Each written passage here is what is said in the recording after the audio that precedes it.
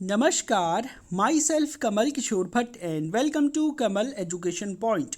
Russia और China के border पर एक ऐसा इंसिडेंट बीते दिनों हुआ जिसके बाद से दोनों देशों के रिलेशंस में एक तल्खी देखी जा रही है। चाइना में बहुत ज़्यादा गुस्सा है और चाइना के जो नेशनल्स हैं सोशल मीडिया पर बहुत सारे मीम्स जो है एक तरह से डाल रहे हैं और बहुत सारे कार्टून्स यहाँ पर बन रहे हैं। कुछ तो पुराने थे, कुछ नए थे, सबके बारे में आपको मैं विस्तार से बताऊंगा। सबसे पहले जान लेते हैं कि वो कौन सी घटना है जिससे चाइना इतना आग बबूला हुआ। चाइना की जो मीडिया है उसने बहुत ही ज़्यादा सुनाया है रशिया को, और साथ में चाइना की जो एम्बेसी है इसने क्रिटिसाइज़ किया है रशिया को कि जो ट्रीटमेंट आपने हमारे नेशनल्स को बॉर्डर पर दिया वो बहुत ही ख़राब है और ये हम दोनों के रिलेशंस को आने वाले समय में ख़राब कर सकता है। आप देख सकते हैं China's embassy criticises treatment of citizens at Russian border. अब रशियन बॉर्डर पर चाइनीज नेशनल्स कर क्या रहे थे, सबसे पहला प्रश्न तो ये उठता है। और दूसरा, रशिया इतना ज़्यादा क्यों कंसर्न है चाइनीज नेशनल्स के अपने बॉर्डर के आसपास आने के लिए, तो सब कुछ मैं आपको बताऊंगा। सबसे पहले हम मैप में देख लेते हैं इनकी लोकेशन कहाँ पे। ठीक है, ये आप देख पा रहे होंगे हमारा भारत है। भारत से अगर आप नदर्न एरिया में जाएंगे तो ये आपको चाइना दिख जाएगा। चाइना और रशिया के बीच में मंगोलिया और इधर कजाकिस्तान दोनों बफर जोन के रूप में काम करते हैं। और इसके बाद ठीक ऊपर पे जो है रशिया निकल जाता है और यहाँ पर आप अलास्का देख पा रहे होंगे और ये नीचे वाला एरिया किसका है, यूएस का है। तो यहाँ पर आमतौर पर रशिया का सिक्योरिटी कंसर्न ये है और रशिया के नेशनल्स भी इस बात को मानते हैं कि जो रशिया का जो सदर्न वाला एरिया है, ये वाला एरिया, और इधर का जो इसका फार ईस्ट वाला रीजन है, ये वाला, यहाँ पर चाइनीज़ एथनिसिटी के लोगों की संख्या बहुत ज़्यादा बढ़ रही है। अब बढ़ने का कारण क्या है, देखिए बढ़ने का कारण ये है कि चाइना की जो महत्वाकांक्षी योजना है, चाइना का ऐसा मानना है, हालांकि ये बिल्कुल ठीक मानना है, कि जो रशिया का फार ईस्ट वाला ये वाला रीजन है ना, यहाँ पर बहुत बड़ी तादाद में रिसोर्सेज है और रिसोर्सेज का एक तरह से इनको निकालने के लिए जो टेक्नोलॉजी है और जो मनी है वो रशिया के पास नहीं है, वो वेस्टर्न वर्ल्ड के पास है और यूएस के पास है। और ऑब्वियस सी बात है कि व्लादिमीर पुतिन जब तक रशिया के लीडर हैं तब तक वो वेस्टर्न वर्ल्ड से और यूएस से तो कभी हेल्प नहीं मांगेंगे। तो ऑब्वियस सी बात है उनके पास दो ही ऑफर हैं, दो ही देश हैं जो उनकी मदद कर सकते हैं, एक है चाइना और एक है इंडिया। इंडिया का भी इन्वेस्टमेंट इस फार ईस्ट वाले रीजन में है और चाइना का भी इन्वेस्टमेंट इस फार ईस्ट वाले रीजन में। लेकिन चाइना का इन्वेस्टमेंट भारत की तुलना में बहुत ज़्यादा है क्योंकि चाइना के पास पैसे भी हैं, टेक्नोलॉजी भी हमसे बेहतर है, पैसे भी हमारे पास बहुत ज़्यादा हैं। तो वहाँ पर उनके लिए क्या है कि यहाँ पर चाइनीज़ एथनिसिटी के लोगों की संख्या लगातार बढ़ती जा रही है, जिससे उनके यहाँ के लोगों में बहुत ज़्यादा गुस्सा है। पहली बात तो देखिए कल्चरली, देखिए रशिया और चाइना के जो रिलेशन है ना, मैं अभी उस रशिया की बात नहीं कर रहा हूँ, अभी मैं बात कर रहा हूँ रशियन एम्पायर, यानी कि पहले रशियन एम्पायर था, उसके बाद यूएसएसआर आता है और उसके बाद ही रशिया है। ठीक है, तो हिस्टोरिकली अगर आप यहाँ पर देखेंगे तो यहाँ के लोगों में बहुत सारे नेगेटिव सेंटिमेंट्स हैं कि पहले के ज़माने में क्या था, जब रशियन एम्पायर यहाँ पर था तब रशिया बहुत मजबूत था और ये चाइना जो है इधर बहुत कमज़ोर था। यहाँ पर क्विंग डायनेस्टी का आने वाले समय में शासन आता, मैं उससे पहले की बात कर रहा हूँ। तो उस समय का रशियन एम्पायर बहुत सारी ट्रीटी किया करता था चाइना के साथ। अब आप सोच रहे होंगे ट्रीटी करना तो बहुत अच्छी बात है, संधि होती होगी, चाइना को भी कुछ मिलता होगा, रशिया को भी कुछ मिलता होगा, लेकिन ऐसा नहीं है। चाइना को कुछ नहीं मिलता था। जो ट्रीटी होती थी वो ट्रेड और अन्य चीज़ों को लेकर होती थी और उसमें रशिया हमेशा अपना फ़ायदा देखता था और चाइना को उसके बदले सिर्फ इतना मिलता था कि हम तुम पर अटैक नहीं करेंगे। तो उस जमाने की बात रशिया की थी और अब चाइना के लोग देख रहे हैं कि कौन वो रशिया था जो हमारे ऊपर इस तरह से ट्रीटीज़ किया करता था। आप ये इमेज देख लीजिए, ठीक है, ये एक कार्टून है। यहाँ पर ये जो आप देख पा रहे होंगे ये चाइना का किंग है, ऊपर अपने हाथ खड़े किए हुए हैं और नीचे आप देख पा रहे होंगे 4-5 देश यहाँ पर मिलकर एक तरह से छुरा लेकर के चाइना की जो मैप है नीचे उसको बांट रहे हैं। ये ब्रिटेन की महारानी एलिजाबेथ है और ये सब जो है जो रशिया के लीडर्स हैं ये वेस्टर्न वर्ल्ड के साथ मिलकर चाइना के साथ इस तरह के कृत्य किया करते थे। ऐसा ही आप देख पा रहे होंगे यहाँ पर चाइना है, बेचारा शासक तो यहाँ नीचे दबा है और ये सब उसके ऊपर चढ़े हुए हैं। ठीक है, तो ये आपके मीम्स हैं। चाइना के लिए देख सकते हैं हम किस तरह से सभी एक दूसरे के लिए लड़ रहे हैं। ठीक है, तो एक तरह से वो वाली जो सदी थी वो चाइना के लिए बहुत ही ज़्यादा एम्बेरसिंग था, लेकिन समय बदल चुका। अब चाइना क्या है, बहुत मजबूत है और वही रशिया जो ऐतिहासिक काल में हिस्टोरिकली चाइना को हमेशा लगातार उस पर अटैक करता था, उसके अलग अलग एरियाज़ पर कब्जा करता था, अनयूजुअल ट्रीटीज़ को साइन कराता था और चाइनीज़ का बहुत बड़ी तादाद में शोषण किया गया था रशियंस के द्वारा। और ये सेंटिमेंट अभी भी चाइना वालों के अंदर है। और रशियंस की बात करें तो वहाँ पर भी ये सेंटिमेंट्स है। आजकल जो है वहाँ का मीडिया लगातार इस तरह के कार्टून्स को सर्कुलेट कर रहा है और यहाँ पर आप देखेंगे कि पुतिन ये है और ये शी जिनपिंग है। ठीक है, पुतिन बेचारा मार खाया हुआ है, देख पा रहे होंगे लाल लाल इसमें है और बिल्कुल शी जिनपिंग ने इसको पकड़ रखा था। तो वहाँ के लोग ये दिखाने का प्रयास कर रहे हैं और ख़ास तौर पर चाइना के लोग भी सोशल मीडिया पर डाल रहे हैं, और वहाँ की जो कम्युनिस्ट पार्टी है उसके लिए तो ये बहुत बढ़िया है, क्योंकि देखिए कम्युनिस्ट पार्टी आमतौर पर वहाँ की कम्युनिस्ट पार्टी का ये कहना था कि तुम लोग फालतू में डेमोक्रेसी, लोकतंत्र, ये सारी बातें करते हो। भारत में लोकतंत्र है, क्या कर लिया उन्होंने? यूएस और वेस्टर्न वर्ल्ड में लोकतंत्र है, क्या कर लिया? हमको देखो, अगर सीखना कुछ है, एक ज़माना ये था कि चाइना को इस तरह से लोग मारा करते थे, ठीक है। और जब से हमारी कम्युनिस्ट पार्टी 1949 से सत्ता में आई है, तो जो हमको मारा करता था आज हमने उसी को पकड़ रखा है, यानी कि आज जो हमारी शरण में, बाकायदा इस कार्टून में तो व्लादिमीर पुतिन को शी जिनपिंग की गोद में ही दिखा दिया है, ठीक है। और भी बहुत सारे कार्टून्स वायरल हो रहे हैं कि शी जिनपिंग और इसके लिए, ठीक है। और दुनिया भी मान रही है इस बात को, दुनिया भी एक्सेप्ट कर रही है कि चाइना ने एक तरह से जो काम किया है, चाइना की जो कम्युनिस्ट पार्टी है उसने जो काम किया है वो बहुत ही बेहतर है। वो रूस जो एक ज़माने में इनका शोषण किया करता था, आज वही रूस जो है इनकी गोद में बैठा। खुद फ्रांस के जो प्रेसिडेंट थे इमैनुअल मैक्रोन, उन्होंने ये ट्वीट किया था, आप देख पा रहे होंगे, वो शायद कहीं रह गया है, हाँ ये वाला है कि रशिया ने उनकी काफ़ी आलोचना की थी। जो इमैनुअल मैक्रोन है, इनका कहना था कि Russia becoming a vassal of China, ठीक है।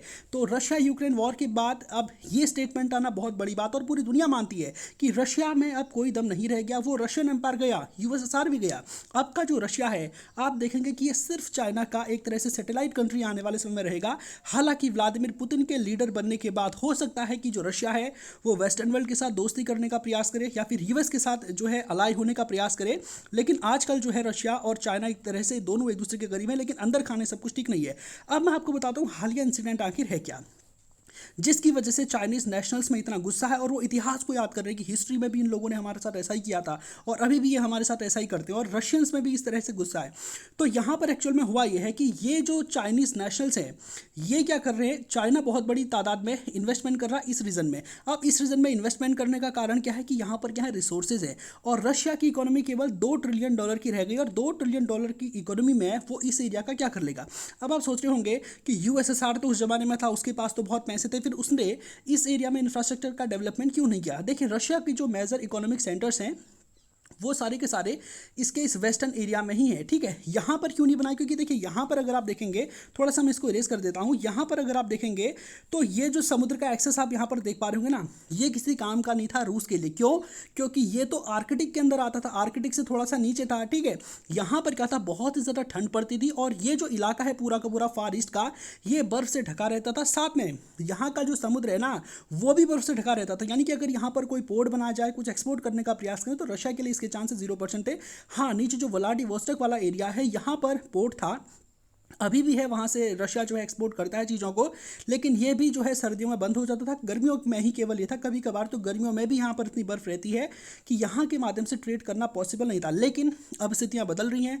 आप जानते हैं कि अगर दुनिया में किसी को वर्ल्ड लीडर बनना है तो सीधी सी बात है, समुद्र, ठीक है, जिसकी नेवी विशाल होगी, जिसका समुद्रों पर नियंत्रण होगा, वही महान बनेगा।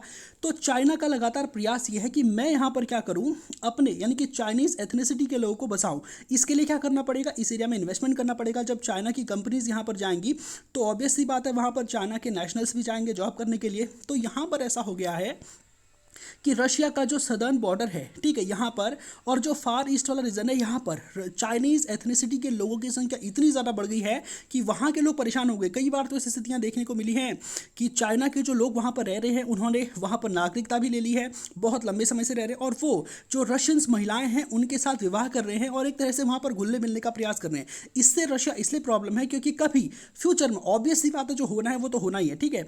चाइना अगर इस एरिया में अटैक करेगा तो ये लोग उसका सपोर्ट करेंगे, और यहाँ पर रशिया के लिए बहुत बुरी स्थिति हो जाएगी। अब आप सोच रहे होंगे अटैक करेगा, ये कहाँ तक पहुँच गए। देखिए एक्चुअल में अगर आपको किसी कंट्री पर अटैक करना है तो वहाँ के लोगों का सपोर्ट बहुत ज़रूरी होता है। जैसे आप देखेंगे पाकिस्तान राजस्थान पर अटैक क्यों नहीं करता, पंजाब पर अटैक क्यों नहीं करता, गुजरात पर अटैक क्यों नहीं करता, वो कश्मीर पर ही क्यों अटैक करता। आप सोचेंगे क्योंकि पाकिस्तान ने एज्यूम किया था कि यहाँ पर अधिकांश लोग क्या हैं, मुस्लिम एथनिसिटी के हैं, और ऑब्वियस सी बात है अगर हम यहाँ पर अटैक करेंगे तो ये लोग हमको सपोर्ट करेंगे। अब सपोर्ट किस चीज़ का होता है, अगर आप एक अनजान इलाके में अटैक कर रहे हो जहाँ के लोग आपको पसंद नहीं करते, तो ऑब्वियस सी बात है आप वहाँ पर कहाँ पहुँचे हैं, आपको जो है बहुत सारा इंफ्रास्ट्रक्चर सपोर्ट चाहिए होगा, लॉजिस्टिकल सपोर्ट चाहिए होगा, और वो आपको नहीं मिलेगा अगर वो लोग आपके नहीं होंगे।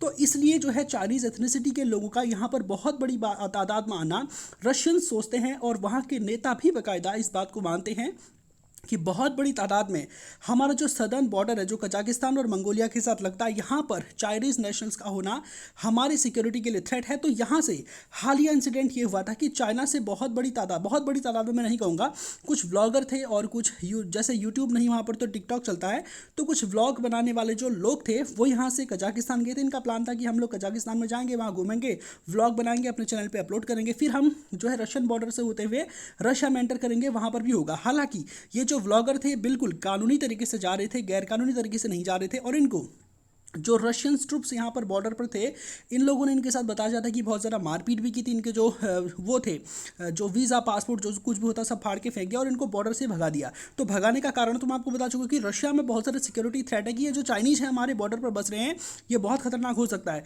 तो इस बात को लेकर चाइना इतना गुस्सा हुआ। हालांकि ये कोई पहला इंसिडेंट नहीं है, बहुत बार ऐसा हुआ है कि जो चाइनीज़ नेशनल्स जो रशिया में रह रहे हैं इनको वहाँ पर बहुत ही बुरी तरह से मारा गया, और बाकायदा रशिया में वहाँ के जो लोग हैं उन्होंने ऐलान भी करना शुरू कर दिया है कि जो भी रशिया की महिलाएं अगर इन चाइनीज़ लोगों के साथ विवाह करेंगे या फिर कोई लड़का जो है रशियन जो है चाइनीज़ महिला के साथ विवाह करेगा तो उसका सामाजिक बहिष्कार कर दिया जाएगा। ठीक है, तो जैसा लव जिहाद वाला एंगल हमारे यहाँ पर अक्सर बातों में आता है, तो वैसा ही जो लव जिहाद वाला एंगल है एक तरह से वो रशिया में भी देखने को मिल रहा है। ठीक है, तो इसी वजह से वहाँ की जो सिक्योरिटी फोर्सेज है वो भी बहुत ज़्यादा कंसर्न है, इसलिए इन्होंने इनको यहाँ से भगा दिया।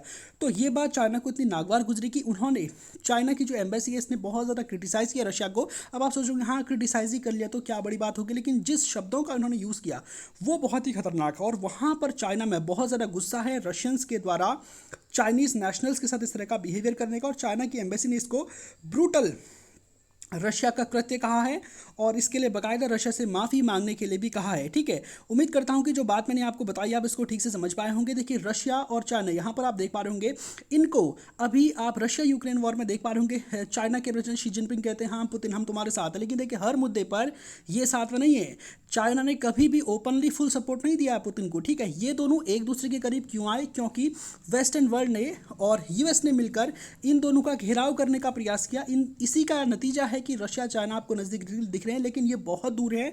अगर आप देखेंगे अभी का देखेंगे तो हाँ ठीक है पास पास लग रहे हैं, लेकिन इन दोनों के बीच की जो रिलेशंस है ना, ऑब्वियस सी बात है हिस्टोरिकली रशिया ने चाइना पर बहुत ज़्यादा अत्याचार की, ये बात सही है और वहाँ के लोग मानते भी हैं इस बात को। ठीक है, इसलिए चाइनीज़ रशियंस को पसंद बिल्कुल भी नहीं करते हैं। दूसरा मैं आपको बताना चाहता हूँ कि रशिया की जो एक्सपेंशनिस्ट पॉलिसी है, ठीक है, वो कहीं ना कहीं रशिया को घातक देखने को मिल रही है। सबसे बड़ी बात यह है कि जो सेंट्रल एशिया वाला रीजन है यहाँ पर ये क्या है कि ऑयल रिच और एनर्जी रिच रीजन है, और चाइना लगातार ये पहले से रशिया के इन्फ्लुएंस में रहा करते थे। रशिया ने तो बाकायदा इनको आशीर्वाद दे रखा था कि तुम पाँचों देश जो हो अपनी कोई मिलिट्री मत रखो, तुम में कोई प्रॉब्लम आएगी, कोई एक्सटर्नल पावर तुम पर अटैक करेगी तो हम तुम्हारी रक्षा के लिए आ जाएंगे। तो इतना जो डोमिनेट रशिया ने इस एरिया को कर रखा था, अब यहाँ पर चाइना का इन्फ्लुएंस देखने को मिल रहा है। रशिया यहाँ से पूरी तरह से बैकफुट पर आ चुका है, और तुर्कमेनिस्तान में तो बाकायदा वहाँ की जो पॉलिसीज़ है, वहाँ की जो गवर्नमेंट जो पॉलिसीज़ बना रही है उस पर चाइना का सीधा हस्तक्षेप देखने को मिल रहा है, क्योंकि ऑब्वियस सी बात है तुर्कमेनिस्तान बहुत बड़ी तादाद में नेचुरल गैस को एक्सपोर्ट करता है रशिया को और चाइना को,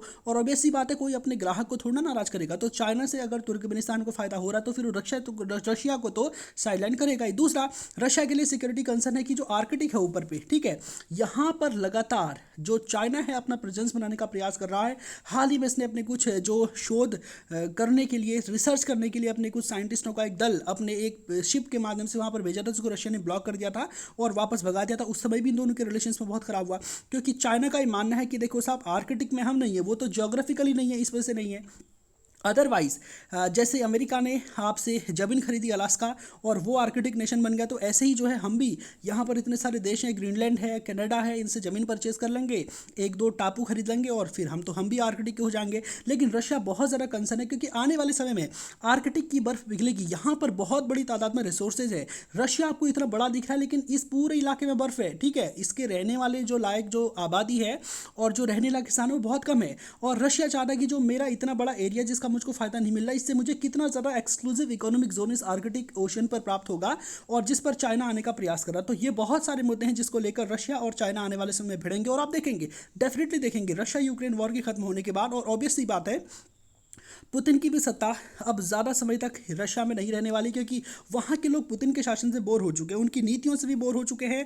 और साथ में आप देखेंगे कि रशिया यूक्रेन वॉर में इतने ज़्यादा सैनिक रशिया के शहीद हुए कि वहाँ के जो लोग हैं उनको पता ही नहीं है कि हमारे जंग में जो हमारे सोल्जर्स गए थे उनको पता नहीं है कि हमारे बेटे जो हैं वो कैसे हैं, किस स्थिति में हैं, जिंदा भी हैं कि मर गए हैं। ठीक है, रशिया ने अभी तक अपने वॉर में जो सोल्जर शहीद हुए थे इनके आंकड़े सार्वजनिक के नहीं है, इसलिए वहाँ के लोग बहुत परेशान है। दूसरा, वहाँ की इकोनॉमी ठप पड़ गई है।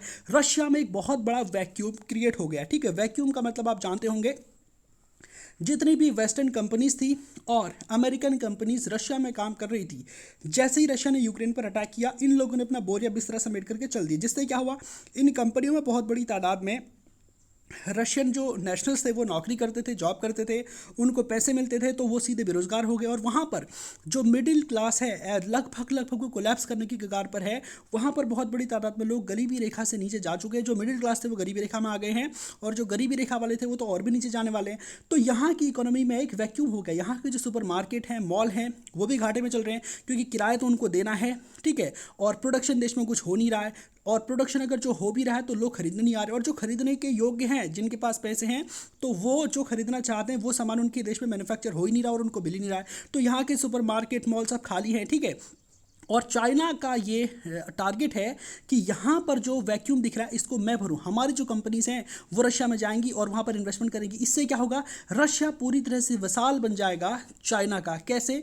ऑब्वियस सी बात है कि अगर यहाँ की मार्केट को रशिया चाइना कैप्चर कर लेगा तो सीधी सी बात है उसकी इकोनॉमी में सीधी सीधी चाइना की एंट्री हो जाएगी। अभी तक तो केवल इस फार ईस्ट वाले रीजन में चाइना गया है। आने वाले समय आप देखेंगे कि चाइना जैसे ही रशिया में अपने जो है इन्वेस्टमेंट और ज़्यादा करेगा तो पूरा रशिया एक तरह से चाइनामय हो जाएगा। चाइना का उद्देश्य यही है कि इसको इतना ज़्यादा मैं डुबा दूं कि इसकी नीतियों को भी आने वाले समय में मैं ही निर्धारित करूं। और इस तरह से आप देखेंगे कि रशिया और चाइना आने वाले समय कॉन्फ्लिक्ट में होंगे। और डेफिनेटली मैं मान सकता हूं इस बात को कि रशिया भी ऐसा सोचता है, और वो भी बहुत ज़्यादा कंसर्न है कि चाइना को अपनी मार्केट में बहुत ज़्यादा पकड़ बनाने न दिया जाए, इतना न बनाने दिया जाए कि वो उसकी नीतियों को निर्धारित करने लगे। और रशिया चाहता है आफ्टर रशिया यूक्रेन वॉर, अभी तो यूक्रेन में वॉर चला, कभी ना कभी तो ये खत्म होगा, तो उसके बाद अपनी इकोनॉमी को डाइवर्सिफाई किया जाए। केवल अगर चाइना पर हमारी निर्भरता रहेगी तो बहुत बड़ी प्रॉब्लम क्रिएट हो जाएगी। डेफिनेटली पुतिन हो सकता है कि चाइना की समर्थित नीति को जारी रखें, लेकिन पुतिन के बाद के जो लीडर होंगे आप देखेंगे कि वो डेफिनेटली पूरी तरह से चाइना पर डिपेंडेंट नहीं रहेंगे, क्योंकि बहुत सारे इश्यूज़ हैं, बहुत सारे डिस्प्यूट्स हैं चाइना रशिया के बीच में। और आने वाले समय आप देखेंगे कि चाइना तो बहुत मजबूत हो चलेगा, रशिया अगर इस पर डिपेंड हो जाएगा तो जैसा 62 में हमने देखा था वैसा ही रशिया के साथ भी हो सकता है। उम्मीद करता हूँ जो बातें आज के सेशन में आपको बताई हैं आप ठीक से समझ पाए होंगे। तो आज के सेशन को यहीं पर समाप्त करते हैं। धन्यवाद।